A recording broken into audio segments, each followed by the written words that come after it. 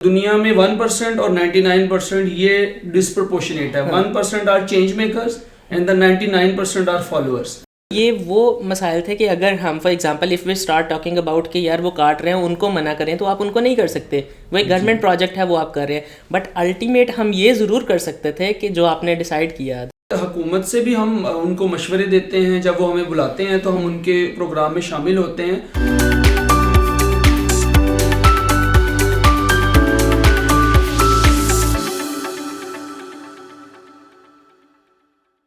السلام علیکم every one. لوگ کیا کہیں گے کے ساتھ میں ہوں آپ کا ہوسٹ رب نواز, اور جیسا کہ آپ جانتے ہیں کہ ہم آپ کے ساتھ شیئر کرتے ہیں بہت سی لائف سٹوریز جو کہ ہماری سوسائٹی کے اندر بہت زیادہ پروڈکٹیوٹی پیدا کرتے ہیں اور اپنی لائف کے جرنیز ہمارے ساتھ شیئر کرتے ہیں. اور اسی سلسلے میں ہمارے ساتھ بہت زیادہ گیسٹ جو ہیں وہ تشریف لاتے ہیں, اپنا وقت نکالتے ہیں اور بہت زیادہ اپنے خیالات کا اظہار کرتے ہیں, جس سے مورلی اس سے ہمیں کیا سیکھنے کو ملتا ہے, کیا ہم سمجھتے ہیں, یہ ہر ریسیور کے اوپر ڈیپینڈ بھی کرتا ہے. بٹ دین اگین ہمارے الٹیمیٹلی جو چیزیں ہیں, جو پرپز ہے, اس کے اندر یہ سب سے زیادہ ضروری ہے کہ ہم ان لوگوں سے ان کی لائف کے پرسپیکٹیو سیکھیں یا اس کو انالائز کریں. شاید کوئی ایلیمنٹ ہماری لائف سے, ہماری تھاٹ سے ریلیٹ کرتا ہو, so we can get what would be the result in the ultimate, right. So اسی پرپز کے لیے ہمارے ساتھ آج جو گیسٹ موجود ہیں, آئی مسٹ سے ہی از دا پراؤڈ پاکستانی. الحمدللہ.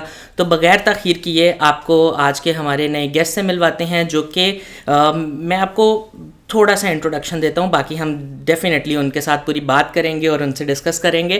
سو علی امجد صاحب جو ہیں, یہ he is leading in the climate change of Pakistan. مطلب پاکستان کے کلائمیٹ کے اوپر بہت زیادہ انٹرنیشنل لیول پہ بھی انہوں نے کام کیا ہوا ہے. اور سیکنڈ, یہ بہت زیادہ ینگ این جی اوز جو ہیں اس کو لیڈ کر رہے ہیں, اور پاکستان کی اتنی ینگ ایج کے اندر ہی is achieving a lot more for Pakistan. So we are going to talk to him. السلام علیکم. جی وعلیکم السلام. کیسے ہیں علی بھائی؟ الحمدللہ میں ٹھیک ہوں.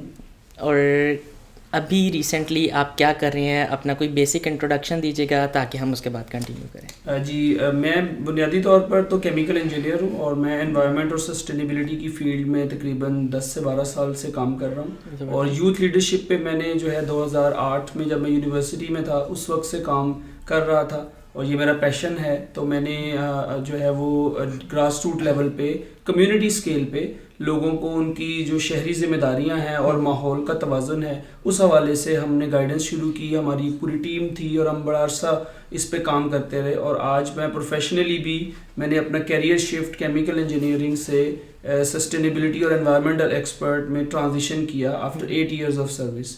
تو یہی ایک میرا مشن ہے کہ ٹو کیپ ورکنگ, کہ اللہ تعالیٰ نے اتنا خوبصورت ماحول اور زمین ہمیں دی ہے تو ہم اپنی ذمہ داری ادا کریں اور کفران نعمت نہ کریں. جو نعمتیں ہمارے پاس ہیں ان کا ہم بہتر استعمال کر سکیں.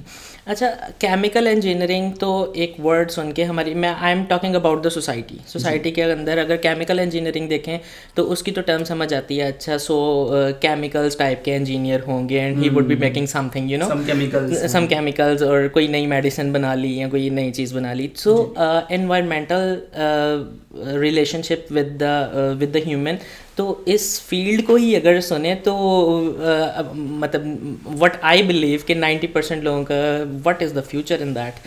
سو یو نو, تو اس کا آپ نے اس کو چوز کیا کیا انرجی تھی, and how you find the ways to come out as you know your household. بالکل. اس میں دو چیزیں بہت اہم ہیں کہ انسان اور قدرت کا ایک جو توازن ہے, اور ایک انسان کی قدرتی اس میں ایک صلاحیت ہے کہ وہ قدرتی چیزوں کو پسند کرتا ہے. ہم سب چاہتے ہیں کہ ہم پہاڑی علاقوں میں جاتے ہیں, کھلی فضا میں جاتے ہیں, چھٹیاں منانے وہاں جاتے ہیں, تو قدرت کے ساتھ جو تعلق ہے اس کے لیے آپ کو زور نہیں لگانا پڑتا. ہماری فطرت ہمیں اس کی طرف کشش ہے اس میں. تو یہی چیز میرے اندر بھی تھی. اور جو ہمارا پروفیشن ہے کیمیکل انجینئرنگ, اس میں ہم سیکھتے ہیں کہ ہم مختلف جو قدرتی وسائل ہیں, پانی, ہوا, مٹی اور جو معدنیات وغیرہ ہم زمین سے لیتے ہیں, تو پچھلے اگر آپ 100 سال کو دیکھیں تو انسان نے بہت زیادہ پریشر ڈال دیا قدرتی وسائل پر. آبادی 8 ارب سے اوپر چلی گئی ہے, اور ہماری جو روزمرہ کی ضروریات ہیں ان کو پورا کرنے کے لیے جو ہم فیکٹریوں کے اندر مختلف چیزیں بنا رہے ہیں, گھر کی چیزیں, کھانے کی چیزیں, پہننے کی چیزیں, اس میں ہم نے عدم توازن لے آئے ہیں. اور یہی وجہ بنا ہے کلائمیٹ چینج اور گلوبل وارمنگ کی, جس کی وجہ سے آج دنیا کی انسانی آبادی جو کہ 8 ارب سے اوپر چلی گئی ہے, ان سب کو جانی خطرات, مالی خطرات بہت زیادہ لاحق ہیں. اس لیے پوری دنیا میں اس وقت سب سے زیادہ جو ٹاپک ڈسکشن میں ہے اور جس کی ڈیمانڈ ہے وہ سسٹینیبلٹی اور انوائرمنٹ پروفیشنلز ہیں, جن کا کام ہے کہ وہ کوئی بھی کام آپ کریں, چاہے آپ نے ایک جگہ سے دوسری جگہ جانا ہے, چاہے آپ نے خوراک اگانی ہے, چاہے آپ نے کچھ پہننے کے لیے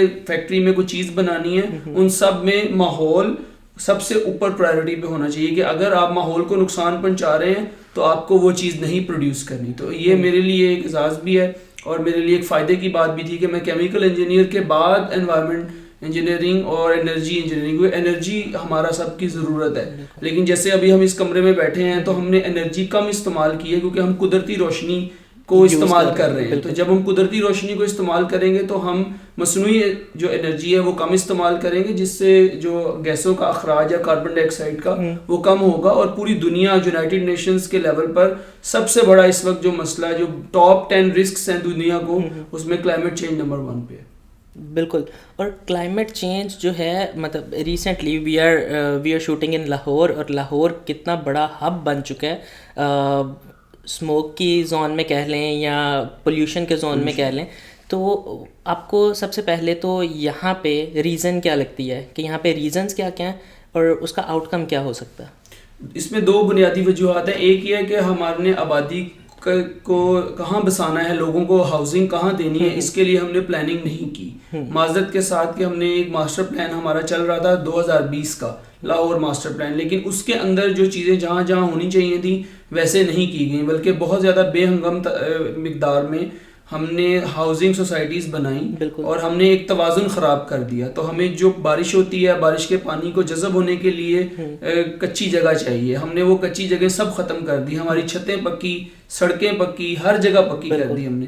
اب جب لاہور میں وہ اربن فلڈنگ سیلاب آتا ہے تو ہم پریشان ہو جاتے ہیں. تو یہ ہماری حکومت اور ہمارے لوگوں کو بھی چاہیے کہ وہ اپنی سطح پر ایک انسان خود کیا کر سکتا ہے اور حکومت کیا کر سکتی ہے, ان سب کو مل کر مستقبل کے لیے کام کرنا ہے. اور ایک ماسٹر پلان جو ہے اس ٹیم میں بھی شامل رہا, جو لاہور ماسٹر پلان 2050 تک لاہور کو کیسا ہونا چاہیے, اس کا سارا پلاننگ کی گئی, جس میں اربن پلانرز شامل تھے, انوائرمنٹلسٹ شامل تھے, انجینئرز شامل تھے. تو اس سب کا جو ایک بہترین امتزاج ہے, تمام جو ماہر ہیں ان سب کی ایک ٹیم جو ہے انہوں نے مل کر پلان کیا ہے. اور اگر حکومت اس کے اوپر عمل کرے تو انشاءاللہ ہمیں امید ہے کہ ہم 100% تو نہیں مگر 70 سے 80% نقصانات جو کہ ماحول اور اس بے ہنگم آبادی کے بڑھاؤ اور نئی ہاؤسنگ سوسائٹیز سے ہو سکتے ہیں اگلے 30 سال میں, ان کو ہم بچا سکتے ہیں. Right, you have planned every thing like this.